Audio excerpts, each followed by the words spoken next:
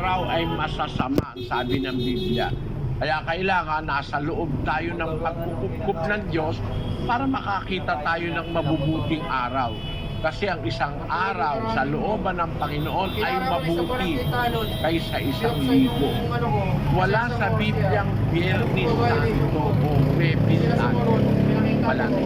Ang sabi ni Pablo sa mga unang Kristiyano sa Roma, basahin natin ang sinasabi ng 14:5. May nagmamahal sa isang araw ng higit kaysa iba. May ibang nagmamahal sa bawat araw. Bawat isa ay magtibay sa kanyang sariling pag-iisip. Sabi ng Apostol Pablo sa mga kapatid nung una sa Roma, may nagmamahal sa isang araw ng higit sa iba. Kagaya halimbawa, nagse-celebrate ng birthday. Mahal niya yung araw ng kanyang kapanganakan. May nagmamahal sa isang araw higit kaysa iba. Meron namang ibang nagmamahal sa bawat araw. Iliteral mo, spiritual mo, totoo naman yun eh. Miski sa pagmamahal, merong nagmamahal sa bawat araw. Meron naman nagmamahal sa isang araw ng higit kaysa iba. No? Merong special day sa kanya. Pero alam mo, yung mga lingkod ng Diyos, para sa kanila, importante ang lahat ng araw. Sasamantalahin nila ang bawat araw sa paggawa ng kabutihan. Kasi ang sabi sa 6:10 ng Galacia, Kaya nga, samantalang tayo'y may pagkakataon, ay magsigawa tayo ng mabuti sa lahat at lalong-lalo na sa mga kasangbahay sa pananampalataya. mamimili ka ba ng araw? Ang sabi, samantalang tayo'y may pagkakataon, pagka may pagkakataon kahit anong araw pa yan, gagawa ka ng mabuti, sabi ng Biblia. Di yata kapatid, mag-aayuno ka lang pag Biyernes Santo, Huwebes Santo.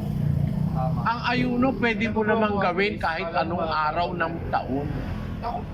Makapag-ayuno ka, gaya ng sinasabi sa Biblia, pag nag-aayuno ka, gagawa ka ng mabuti, magbibigay ka ng pagkain sa nagugutom. Kasi yung iba, akala nila ang ayuno lang.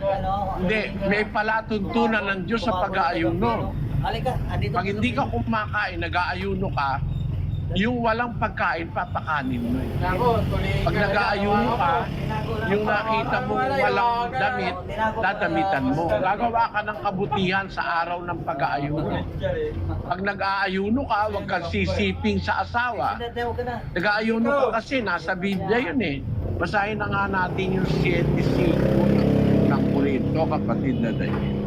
Huwag magpigil ang isa't isa maliban kung pagkasunduan sa ilang panahon upang kayo'y mamalagi sa pag-aayuno at pananalangin at muling kayo'y magsama. Baka kayo'y tuksuhin ni Satanas dahil sa inyong kawalan ng pagpipigil. Nagsasalita siya sa mag-asawa, huwag kayo ikang magpipigil malibang pagkasunduan sa ilang panahon. Magkakasundo kayo mag-asawa na magpipigil kayo, hindi mo na kayo magsisiping upang mamalagi kayo sa pag-aayuno at pananalangin.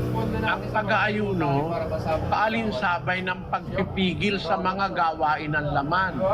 Tapos, ayon dun kay Propeta Isaias, ang sabi ng Diyos, pag nag-aayuno ka, magpakain ka sa nagugutom, bigyan mo ng damit ang mga hubad, tapos magpatawad ka ng mga utang. Yun ang palatuntunan ng pag-aayuno. Pero mag-aayuno ka lang pagka Huwebes Santo sa Biyernes Santo. Wala sa Biblia yun. Pwede kang mag-ayuno kahit anong panahon.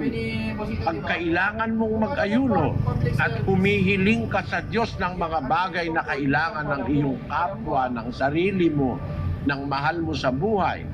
Pag humihiling ka sa Diyos ng mga bagay na mahigpit na kahilingan, panahon yun para mag-ayuno. Kahit hindi Biyernes Santo at Huwebes Santo. Maling aral yung kaya ka lang mag-aayuno pag Huwebes Santo at Biyernes Santo. Bawal kumain ng karne. Kumakain din. Karne lang ang bawal kainin. Wala kasing batayan sa Biblia na pagka mahal na araw, hindi ka kakain ng karne. Aral yan ng Antikristo. Yung nagbabawal kumain ng karne for some time in a year, aral ng mga demonyo yan. 4:1 ng unang Timoteo. Ngunit hayag na sinasabi ng Espiritu na sa mga huling panahon, ang iba'y magsisitalikod sa pananampalataya at makikinig sa mga espiritong mapanghikayat at sa mga aral ng mga demonyo. Makikinig ang wika sila sa mga espiritong mapanghikayat sa mga aral ng mga demonyo. Pero mapanghikayat, parang katiwa-tiwala, pero aral ng demonyo. Espiritong mapanghikayat, aral ng mga demonyo. Alin yun? Sa 3. Na ipinagbabawal ang pag-aasawa at ipinag-uutos na lumayo sa mga lamangkati na nilalang ng Diyos upang tanggapin na may pagpapasalamat ng mga nagsisisampalataya at nakakaalam ng katotohanan. Ang isa sa aral ng Antikristo, mapanghikayat na aral, akala mo totoo, yun ay nagbabawal ng pag-aasawa at pinag-uutos lumayo sa mga lamangkati, sa karne. Hindi naman kasi utos ni Kristo yun eh. Kasi hindi naman nagbabawal si Kristo. Yung pagbabawal na mag-asawa at yung pag-uutos na lumayo sa mga lamangkati, yan ay aral ng mga demonyo ayon sa Biblia. Diba? Sabi na ipinagbabawal ang pag-aasawa, ipinag-uutos na lumayo sa lamangkati na nilalang ng Diyos upang tanggaping may pagpapasalamat. Basta tinatanggap mo yan na may prayers of thanksgiving, hindi naman masamang kumain ng karne kahit anong araw.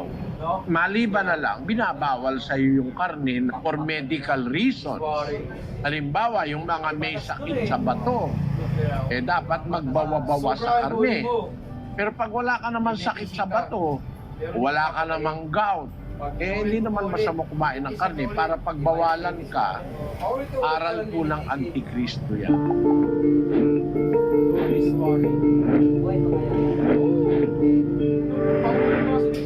Bumabayan dito sa Malacanang